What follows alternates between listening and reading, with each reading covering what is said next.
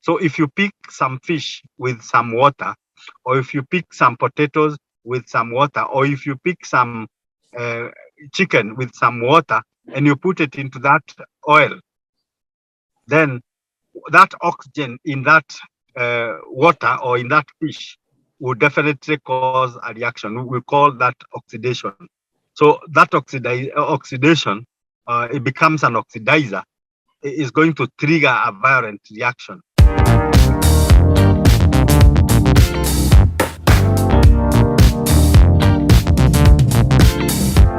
At this moment, I'm going to welcome Joseph Githoro. You can introduce yourself if you can hear us. Okay, my name is Joseph Githoro. I work with the Nairobi County Fire Department. I'm ready to participate.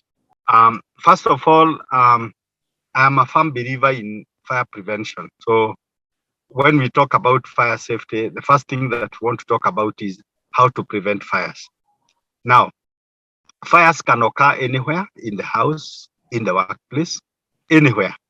And if people cannot be able to know the reason why a fire would occur, then they would definitely not do what it is supposed to be done to prevent it, and therefore a fire will occur. So some of the causes of fires include a fire can occur as a result of somebody doing a careless act, like when you're doing cooking and you are not attending it. Say, for example, you put some plates or some sufuria, and then you put in some oil. You want to boil it so that eventually then you can put in some fish or some chicken or some potatoes, for that matter, to prepare some meal, and you're not attending it. That can actually result to a fire. Cooking oil is known to work at a very high temperature without any problem, but once it ignites, then it also becomes very difficult to manage. Some of the common causes of fires when people are cooking is one is like where now when you are putting the fish or the potatoes or the chicken into the oil that is already heated, then you put it with some water. Fire is actually a chemical reaction between fuel, heat, and oxygen. Now, water is the chemistry of water is H2O. That means there is an element of oxygen in what makes up water. So if you pick some fish with some water, or if you pick some potatoes with some water, or if you pick some chicken with some water and you put it into that oil, then that oxygen in that water or in that fish will definitely cause a reaction. We call that oxidation. So that oxidation, it becomes an oxidizer. It is going to trigger a violent reaction, and therefore a fire can start. And it starts in a way that it is very scaring. You know, a big fire, and that can actually burn you. So that is one area in which a fire can start. Sometimes people will also want to cook, but they want to do other activities, say like you put some meat in some pot, and then you leave it to cook on itself. Say you go and sleep, or you start getting engaged into some other activities. When that happens, then that water is likely to dry. Aluminium is known to be combustible, and therefore, when the heat builds up, then that is going to really to trigger a fire. So if it is not handled carefully, then that means a fire can actually start. So one of the most important things is to really understand what are the common causes so that you can avoid them. Mm-hmm. When you avoid them, then of course, then you're not at risk.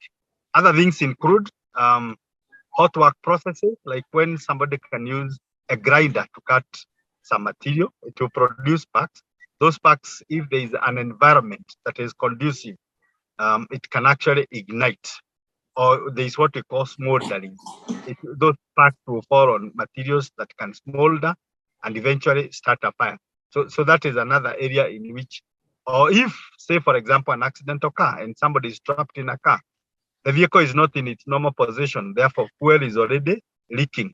Vapors are already developing. And if you use now any mechanism to try to break into that can create heat, then that vapor that is already present can actually start a fire. So those are some of the things that people need to be careful of. If you can be able to handle that, then a fire will not occur. So basic principles of fire prevention is getting to know what are the risks, and then of course having some knowledge or skill that is required. If a fire occurs, then what do you do? For example, having a fire extinguisher and also knowing how to use the fire extinguisher, because equipment do not put off fire. It is people who put off fire using equipment. So if you can have fire extinguishers and you have the skills, then when the fire starts at the initial stage, you can be able to put off the fire. Then we have different classes of fires, and therefore we also have different types of fire extinguishers. So maybe because I don't know whether we have adequate time, I can briefly just explain. We have classes of fires. We have class A, B, C, D, E, and F. Fire class A are fires involving solid carbonaceous materials, things like paper, wood, rubber, plastic, things like that. Now, if those materials are burning, we classify that as fire class A. It is well managed using water. Water will be able to be absorbed into most of those solid carbonaceous materials that I've mentioned. And as it is absorbed, because fire is a chemical reaction, this includes heat, fuel, and oxygen. Okay. And then I said the removal of any of the materials. For example, if you remove oxygen, heat and fuel cannot react in the absence of oxygen. Or if you remove heat and you have oxygen and fuel, they cannot react. Or if you remove fuel, then you'll have oxygen and heat, they cannot react. Therefore, the main methods of fire extinguishing are just the elimination of either oxygen or the elimination of heat or the elimination of fuel. Okay? If you add water, water will be absorbed and water will absorb heat. Heat being one of the vital elements means the chemical chain reaction will stop. So you can manage fire class A using water. Then fire class B are fires involving liquid fuels. These are things like petrol and its products, things like spirits and its products. Name it, all liquids that you know that are combustible. When they're involved in fire, we classify that as fire class B. Now, fire class B is managed properly using foam. Foam is best in liquid fuels because it is light, it forms an insulation on the surface of the liquid, and therefore, one of the vital elements of fire chemical chain reaction will not be present, oxygen in this case, because when you insulate that liquid, then air or oxygen from the atmosphere will not be able to react with the liquid. And the liquid is also not able to produce the flammable vapor that is required for the chemical chain reaction to take place. Then we have fire class C. These are fires involving gases. And when we say gas, is when there is leakage of gas. Sometimes some people confuse this. When we say fire involving gas, they think it's fire involving cylinder. It's not fire involving cylinder. A cylinder itself is just a container that contains liquid petroleum gas. Now, when the liquid petroleum gas cylinder is involved or engulfed in an area where there is heat, then because the fuel is in liquid form, it will try to expand. It will try to create room. It's not possible to create room in a cylinder. So what will happen is it will explode. If it explodes, that explosion will release the gas innate into the environment and forming a fireball. That is one of the greatest danger of a fire involving an LPG cylinder. So that kind of an explosion actually will definitely most of the time and trap people. Kerosene stove, when you put in a kerosene stove, whether the wick stove, there are two types of kerosene stove. There's a wick stove and there's a pressure stove. Now, a wick stove has one of the greatest challenge. If one of the wick is missing, normally to give you a warning before it explodes. Why? Because when the fire is burning the wick on top, there is heat that is created that is translated usually to the underside where the kerosene is. And therefore, the expansion of that liquid will definitely produce vapor that we want to escape through the holes that are left by the missing wick. Now, that meets the frame and it burns, causing what we call a bombing sound. You hear boop, boop, boop. So it's burning that gas. It's a warning sign that the vapor from underside is actually coming through, and therefore there is an area where it's going through with a missing wick. Obviously, what happens is gradually the frame will follow where the leakage of vapor is coming from, and therefore going to the underside, and therefore creating expansion, and therefore as a result having the stove to explode.